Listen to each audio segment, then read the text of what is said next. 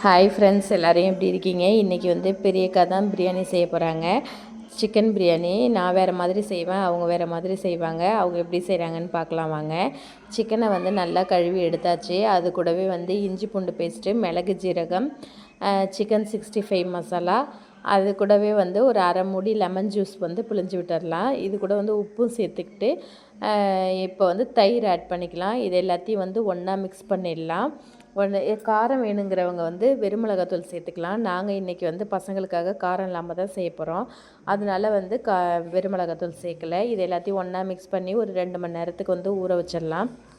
இது ஒரு பக்கம் இருக்கட்டும். இப்போ வந்து ஆனியனை வந்து பொரித்து எடுத்துக்கலாம். இந்த மாதிரி வந்து பொரிச்சிட்டு செய்கிறது தான் வந்து எங்கள் அக்காவோட பிரியாணிலே வந்து ஹைலைட்டு. அவங்க வந்து இந்த மாதிரி சிக்கனையும் பொரிச்சிட்டு தான் செய்வாங்க, ஆனியனும் பொரிச்சிட்டு தான் செய்வாங்க. தக்காளி வந்து கம்மியாக தான் சேர்த்துருக்காங்க. தக்காளி வந்து நிறைய சேர்த்தா ஒரு மாதிரி சலசலன்னு இருக்கும் அப்படிங்கிறதுனால தக்காளி வந்து அவங்க ரொம்ப சேர்க்கலை. வெங்காயம் தான் நிறைய சேர்த்துப்பாங்க.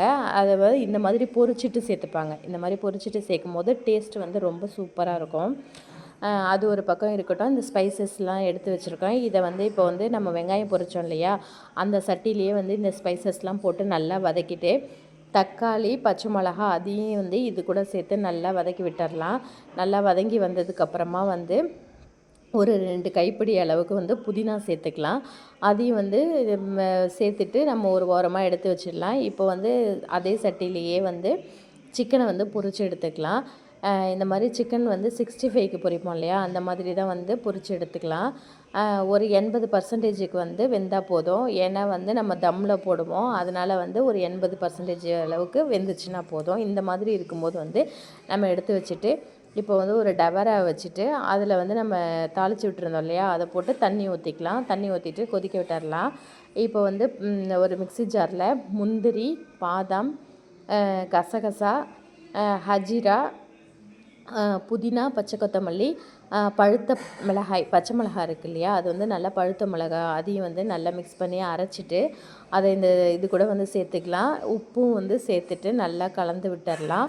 நல்லா கலந்து விட்டுட்டு இந்த டயத்தில் வந்து கரம் மசாலா, பிரியாணி மசாலா, இது 2ம் தான் வந்து இப்போ நம்ம சேர்க்க போகிறோம்.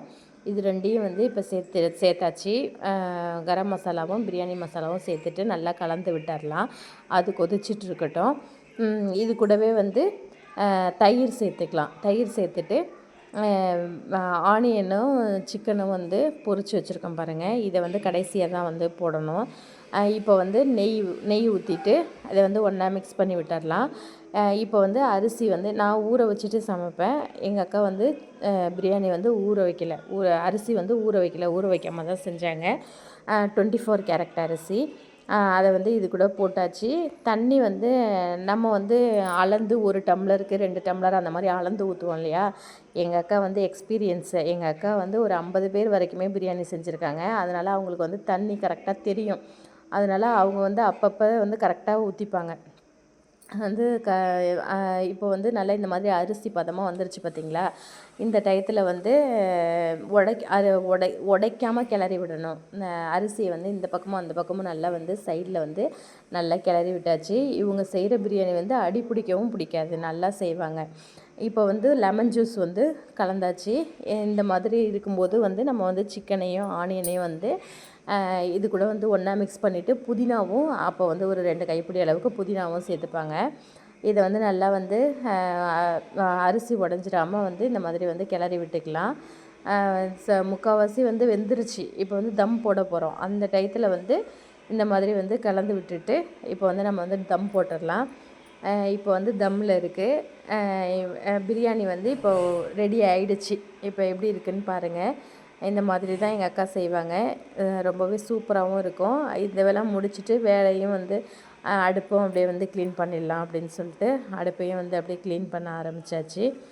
ஓகே ஃப்ரெண்ட்ஸ், இந்த விளாக் உங்களுக்கு பிடிச்சிருந்துச்சுன்னா மறக்காமல் வந்து சப்ஸ்கிரைப் பண்ணிவிடுங்க. லைக் பண்ணுங்கள், ஷேர் பண்ணுங்கள், கமெண்ட் பண்ணுங்கள். ஓகே, பாய்.